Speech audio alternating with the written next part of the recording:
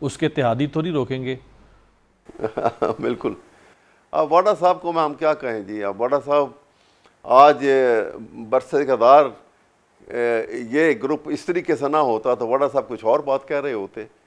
اب تو یہ ہے نا کہ وہ کہتے ہیں کہ کب بدلتے ہیں زمانے سے حقیقت آگاہ، میں نہیں اور زمانے کی ہوا اور صحیح. تو عمران خان کی تو یہ کیفیت ہے.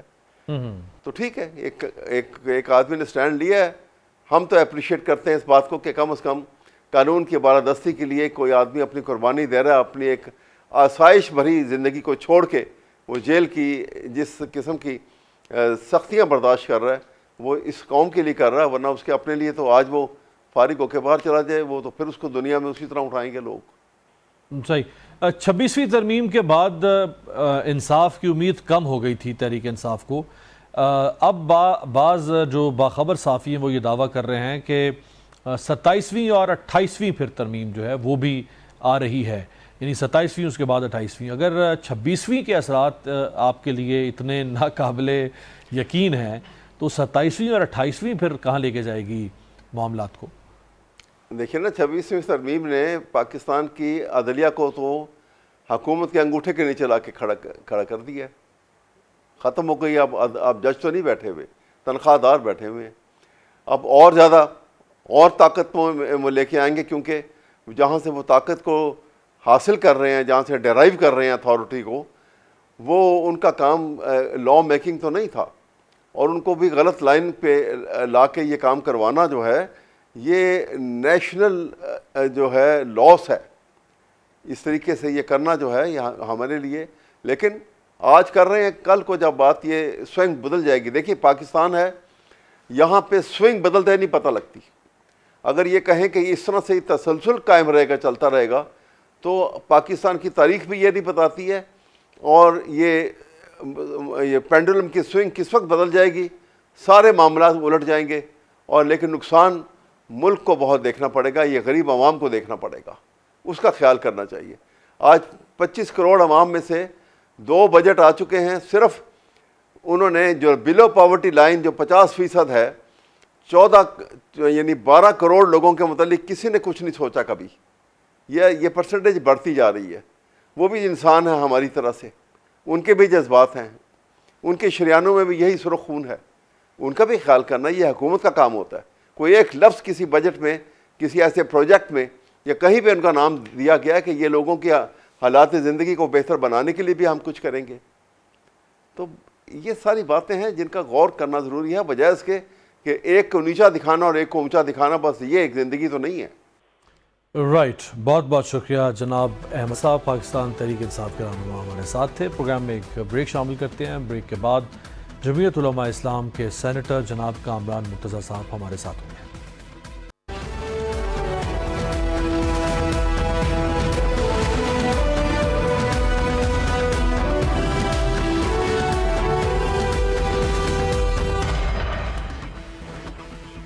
بریک کے بعد خوش آمدید. وفاقی حکومت میں ممکنہ تبدیلی سے متعلق حالیہ قیاس آرائیوں کے حوالے سے ذرائع کا دعویٰ ہے کہ وفاق میں ایسی کوئی تبدیلی نہیں ہونے جا رہی.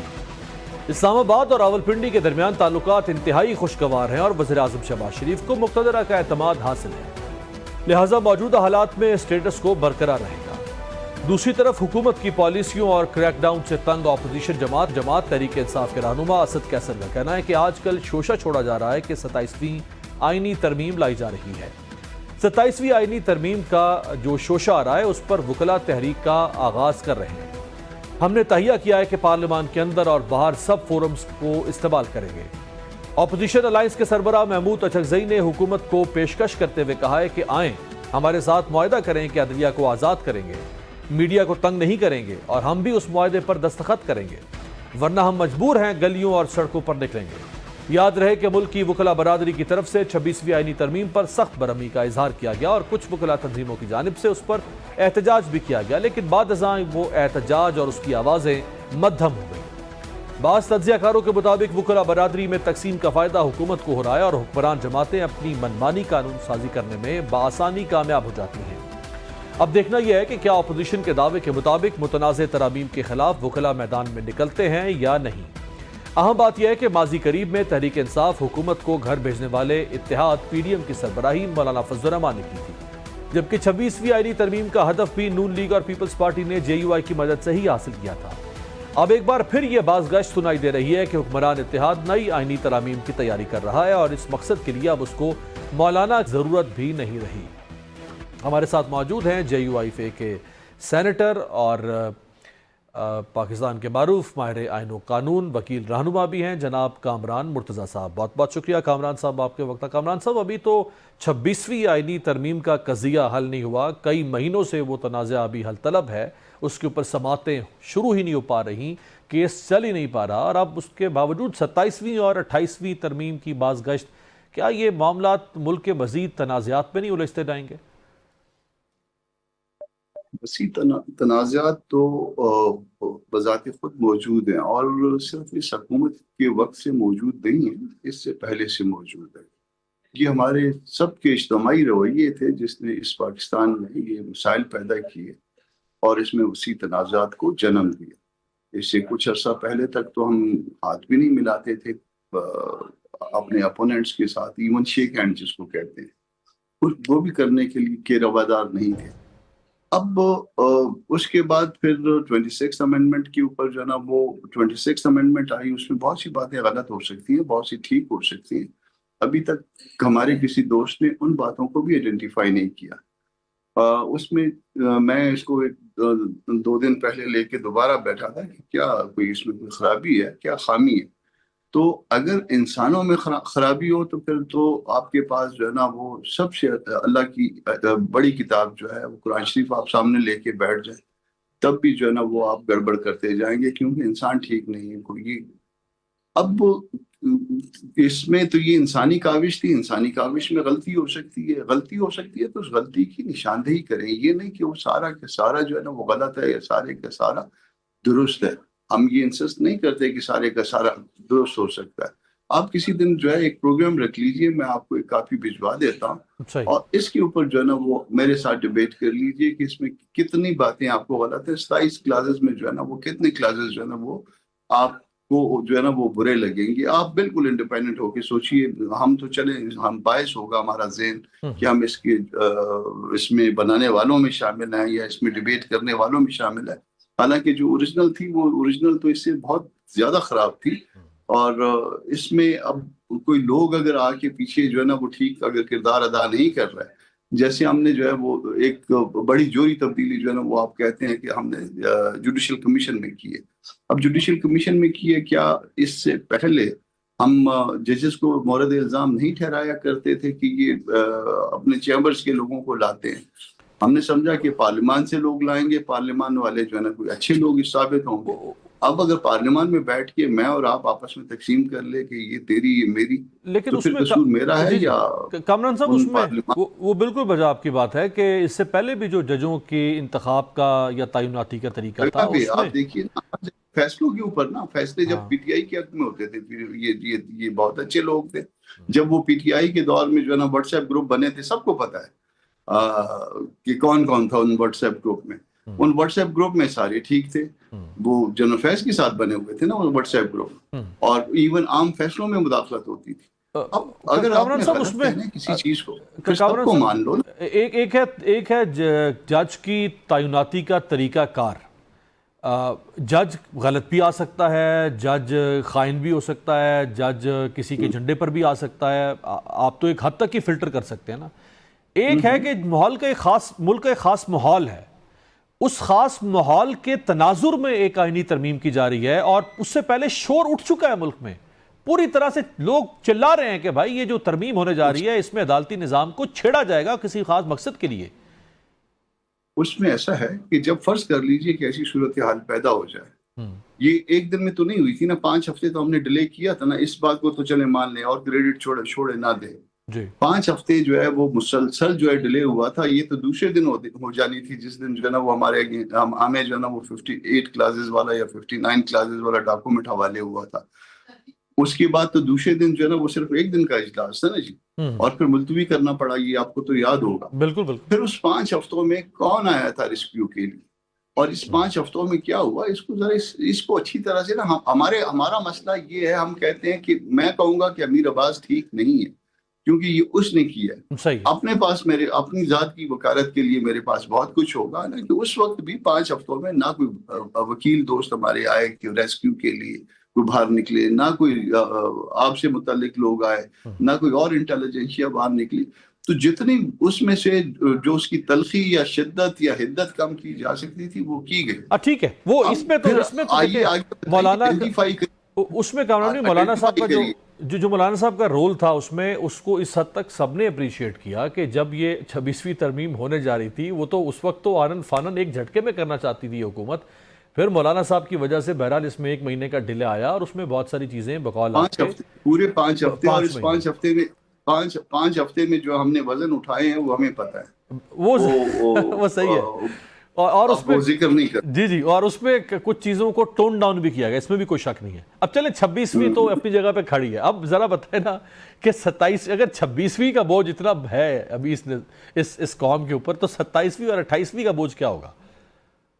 بات بڑی پھر آسان ہے، بات اس میں رویوں کی درستگی ہے۔ آپ نے جو 26 کا جو مولانا نے آپ کہہ رہے ہیں نا کہ یہ اچھا کردار ادا کیا، مگر ایک دن جو ہے نا وہ ایک بہت اہم صاحب جو ہے نا وہ ہمارے دوست پارٹی کے، انہوں کا سب جھوٹ بولتے ہیں، تو وہ ہم بھی آگے جو ہے نا وہ دیکھ رہے تھے کہ یہ کیا فرما رہے ہیں، کیا ارشاد فرما رہے ہیں۔ یہ بڑا آسان ہوتا ہے کہ کہہ دو سب جھوٹ بولتے ہیں، حالانکہ کیمرے تو جھوٹ نہیں بولتے جن کے سامنے وہ ارشادات فرمایا کرتے تھے۔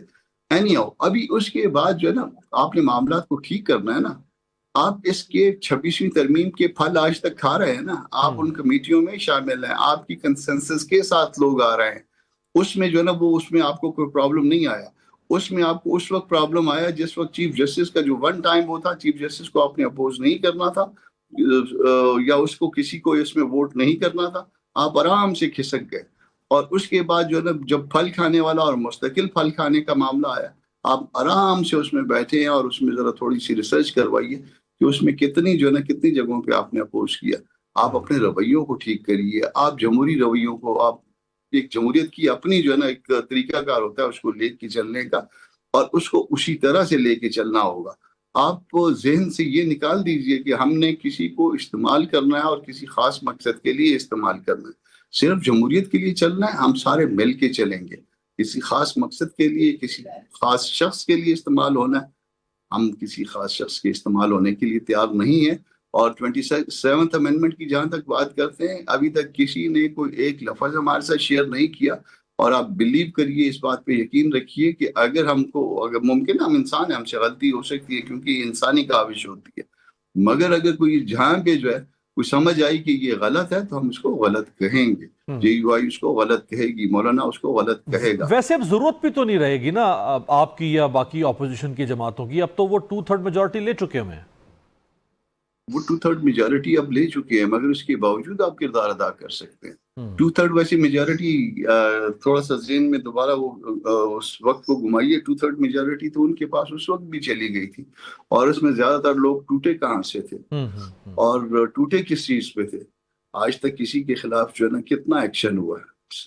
یہ اب وہ پھر وہ کہتے ہیں نا کہ جب آپ کپڑا ہٹاتے ہیں تو اپنا دامن ننگا ہو جاتا ہے نا، اپنا پیٹ ننگا ہو جاتا ہے جب دامن اٹھاتے ہیں تو صحیح بات ہے۔ تو اس میں کیا ان کے پاس ہماری ایبسنس میں ہم کو مائنس کر کے کیا ان کے پاس وہ نمبر پورے نہیں ہو گئے تھے، اور کس طرح سے ہو گئے تھے؟ یہ کیا کوئی تاریخ کا کوئی طالب علم اس سوال کا جواب دے گا؟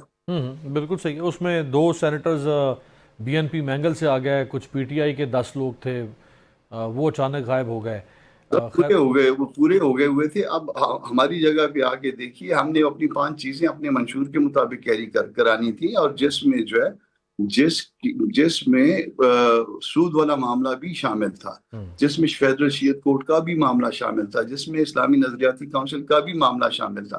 آخر ہم بھی تو پولیٹیکل پارٹی ہے نا، ہم بھی ایک پروگرام رکھتے ہیں، ہم کو بھی اپنے ووٹرز کو جا کے جواب دینا ہوتا ہے کہ آپ نے اتنے عرصے سے جو اسمبلی میں بیٹھے ہوئے تھے، آپ کیا جخ مار رہے تھے؟ صحیح۔ ہماری جگہ پہ آ کے بیٹھیے نا، ہم کو بھی اپنا لوگوں کو آنسر کرنا ہوتا ہے۔ یہ فرمائیں کہ آپ تک بھی کچھ پروپوزلز پہنچ رہے ہوں گے کہ جو گردش کر رہے ہیں اس وقت اسلام آباد میں کہ یہ چیزیں شامل ہیں، اس میں ججوں کی عمر یعنی جو ریٹائرمنٹ ایج ہے اس میں اضافہ، اس کے علاوہ جو صدارتی عہدہ ہے اس کے متعلق، پھر 18ویں ترمیم میں بہت ساری چیزیں جو ہوئیں ان کو ختم کر کے وفاق کو اختیارات دوبارہ دینا، یہی کچھ آپ بھی سن رہے ہیں؟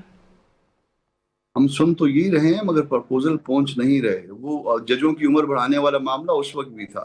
اور آپ میرا پیشہ تو آپ کو معلوم ہے نا، وکیل ہے، اور وکیل کو کہا جائے کہ کسی جج سے عمر سے متعلق کوئی معاملہ اس کے سامنے آئے.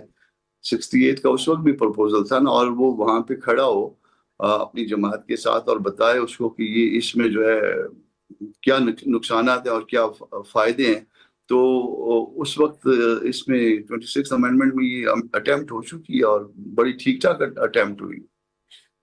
بٹوین دی لائن بس صرف اتنا ہی کہوں گا ابھی آپ کو. صحیح ہے. آخر میں یہ فرمائیں کہ وکلاء میں خاص طور پہ پاکستان بار ایسوسی ایشن اور Pakistan bar council, supreme court bar ایسوسی ایشن اور پاکستان بار کونسل، ان دونوں کو تو ہمیشہ یہ تو حکومتوں کے خلاف ان کو ایک عرصے سے ہم دیکھتے آ رہے ہیں کہ یہ رہے ہیں، اور ان کا ایک نظریہ بڑا پرو ڈیموکریسی اور کانسٹیٹیوشنلزم. لیکن پچھلے 3-3.5 سال سے یہ حکومتوں کے ساتھ ان کا جھکاؤ ہے، اور نہ یہ کوئی کانسٹیٹیوشنلسٹ نظر آ رہے ہیں، نہ یہ کوئی پرو ڈیموکریٹ نظر آ رہے ہیں. یہ کس طرف چلے گئے ہیں یہ؟ میرے بات صاحب، اگر میں وکیل نہ ہوتا تو جرنلزم میں ہوتا.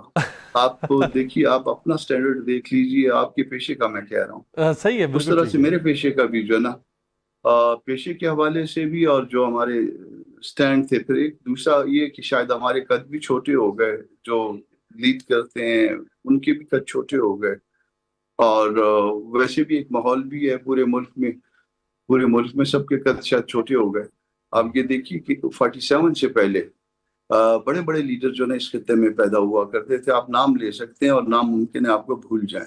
جب 47 کے بعد جو ہے نا وہ آپ کو بڑے اکا دکا قسم کے لوگ جو ہے نا وہ نظر آتے ہیں، جو کسی مقصد کے اوپر کھڑے رہتے ہیں. یہ ہمارا المیہ ہے. کیا تو رجال کہہ لیجیے، رجال کے خواتین کے لیے پتہ نہیں کیا ہے، انسانوں کا کہہ لیجیے، کیونکہ ان کو بھی جہاں شامل نہ کرنا تو ایک زیادتی ہو جائے گی. مگر جو ہے نا اس پہلے جو ہے نا 47 والے ایرا سے پہلے آپ چلے جائیں، پورے ہندوستان پاکستان میں ہمارے حصے میں جو علاقے آئے اس حصے میں بڑے بڑے لوگ پیدا ہوا کرتے تھے. اور اس کے بعد جو ہے نا وہ سب کے قد چھوٹے ہوتے گئے. یہ ہمارا ایشو ہے. بہت بہت گہری بات اور بڑی بات. میرا خیال ہے یہی خلاصہ ہے اس وقت پاکستان کی، یہی گوشوارہ ہے پاکستان کے اس وقت موجود حالات کا. بہت بہت شکریہ کامران مرتضیٰ صاحب ہمارے ساتھ تھے. پروگرام میں بھی شامل کریں.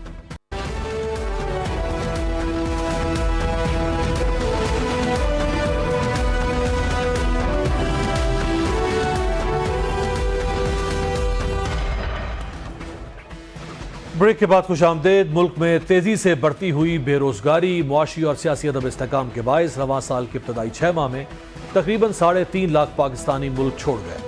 گلف نیوز کے مطابق پاکستان چھوڑنے والے افراد میں اعلیٰ تعلیم یافتہ افراد سمیت انتہائی تکنیکی افراد بھی شامل ہیں. بیورو آف امیگریشن کے اعداد و شمار کے مطابق سال 2024 میں مجموعی طور پر 7,27,381 پیشہ ور افراد نے پاکستان چھوڑا، جبکہ سال 2025 کے ابتدائی 6 ماہ یعنی 30 جون تک تقریباً 3.5 لاکھ پاکستانی ملک چھوڑ چکے تھے. یاد رہے کہ یہ وہ اعداد و شمار ہیں جو قانونی طور پر روزگار کے سلسلے میں پاکستان سے باہر جانے والوں کی تعداد کو ظاہر کرتے ہیں، جبکہ پاکستان سے بیرون ممالک منتقل ہونے والوں کی تعداد میں اگر ان لوگوں کو بھی شامل کیا جائے جو غیر قانونی طریقے سے باہر جاتے ہیں یا وزٹ ویزوں پر مختلف ممالک جا کر وہیں مقیم ہو جاتے ہیں، تو یہ تعداد اس سے کہیں زیادہ بنتی ہے. گزشتہ کچھ برسوں میں ناقابل برداشت مہنگائی، بے روزگاری اور مستقبل کے خدشات کے باعث عام پاکستانیوں میں ترک وطن کا رجحان تیزی سے بڑھا ہے، جن میں تعلیم یافتہ افراد، پروفیشنلز، ہنرمند، نیم ہنرمند، حتیٰ کہ مزدور بھی شامل ہیں. گلف نیوز کی رپورٹ میں یہ بھی انکشاف ہوا ہے کہ پاکستان سے ڈاکٹرز اور نرسز بھی بڑی تعداد میں روزگار کی خاطر بیرون ملک منتقل ہو رہے ہیں. دوسری جانب ہیرلے اینڈ پارٹنرز کی تازہ ترین رپورٹ میں دنیا کے کمزور ترین پاسپورٹس میں پاکستان 4تھے نمبر پر ہے. مجموعی طور پر پاکستانی پاسپورٹ کے حصے میں صومالیہ اور یمن کے ساتھ مشترکہ طور پر 96واں نمبر آیا ہے. پاکستان سے نیچے عراق جو کہ 97، شام 98 اور افغانستان 99 نمبر پر ہے. اس فہرست میں سنگاپور کا پاسپورٹ پہلے نمبر پر، جبکہ جاپان اور جنوبی کوریا مشترکہ طور پر دوسرے نمبر پر ہے. حالانکہ اب سے محض چند دہائیوں قبل تک سنگاپور، جاپان اور جنوبی کوریا کے معاشی حالات ایسے ہی تھے جیسے آج پاکستان کے ہیں، لیکن آج یہ ممالک ترقی اور خوشحالی کی نئی منازل طے کر رہے ہیں۔ رواں ماہ جاپان پر ایٹمی حملوں کی 80ویں برسی منائی گئی۔ اگست 1945 دوسری جنگ عظیم کے دوران امریکہ نے جاپانی شہر ہیروشیما اور اس کے بعد ناگاساکی پر ایٹم بم گرائے تھے، جس کے نتیجے میں تقریباً 1.5 لاکھ جاپانی لقمہ اجل بن گئے تھے، جبکہ لاکھوں افراد تابکاری کے اثرات کی وجہ سے معذور ہو گئے تھے۔ جاپان جنگ ہار گیا، اس نے شکست تسلیم کی، جاپان کی معیشت اور انفراسٹرکچر ملیا میٹ ہو گیا، لیکن پھر جاپان کے حکمران طبقے نے اپنی پالیسیوں کو یکسر بدلا اور اپنے شہریوں پر سرمایہ کاری کی، انہیں تعلیم اور ہنر کے اوزار تھمائے، جس سے انہوں نے ترقی کے نئے مینار تعمیر کیے۔ پھر بعض چند اشروں میں ہی معجزہ ہوا اور شکست خوردہ جاپان نے معاشی میدان میں امریکہ اور یورپ کو پچھاڑ دیا۔ 2 ایٹمی حملوں کا نشانہ بننے والا تباہ حال جاپان آج دنیا کا ترقی یافتہ اور امیر ترین ملک ہے۔ جیسے جیسے پاکستان میں معاشی اور سیاسی غیر یقینی کی صورتحال بڑھتی جا رہی ہے، اسی طرح ملک سے ذہین، تعلیم یافتہ، ہنرمند اور محنت کش افراد کی نقل مکانی کا سلسلہ بھی جاری ہے۔ بیرون ملک جانے کے خواہش مند نوجوانوں کی بڑی تعداد پاسپورٹ دفاتر اور مختلف ممالک کے سفارتخانوں کے باہر ویزوں کے حصول کے لیے لمبی لمبی قطاروں میں کھڑے نظر آتے ہیں۔ پاکستان سے دیگر ممالک کا ویزا اپلائی کرنے والوں کی تعداد اتنی بڑھ چکی ہے کہ یورپ اور امریکہ سمیت کئی ملکوں کے ویزا کے لیے مہینوں بلکہ بعض اوقات 1 سال سے بھی زیادہ انتظار کرنا پڑتا ہے۔ ایسی رپورٹس بھی سامنے آئی ہیں کہ حالیہ برسوں میں تقریباً 40,000 پاکستانی عراق، شام اور ایران میں جا کر وہیں رک گئے یا غائب ہو گئے۔ پاکستان کی 64% آبادی 30 سال سے کم عمر نوجوانوں پر مشتمل ہے، جن کا مستقبل ایک سوال ہے: کیا یہ ریاست کے لیے لمحہ فکریہ نہیں کہ لوگوں کی بڑی تعداد معاش اور تحفظ کے لیے ترک وطن کر رہی ہے؟ کیا یہ ریاست کے لیے لمحہ فکریہ نہیں اب پاسپورٹ دنیا کے کمزور ترین پاسپورٹس میں شمار ہوتا ہے؟ اب تک کے لیے اتنا ہی، آپ سے ملاقات ہوگی کل، دیکھتے رہیے گا جمہوریت۔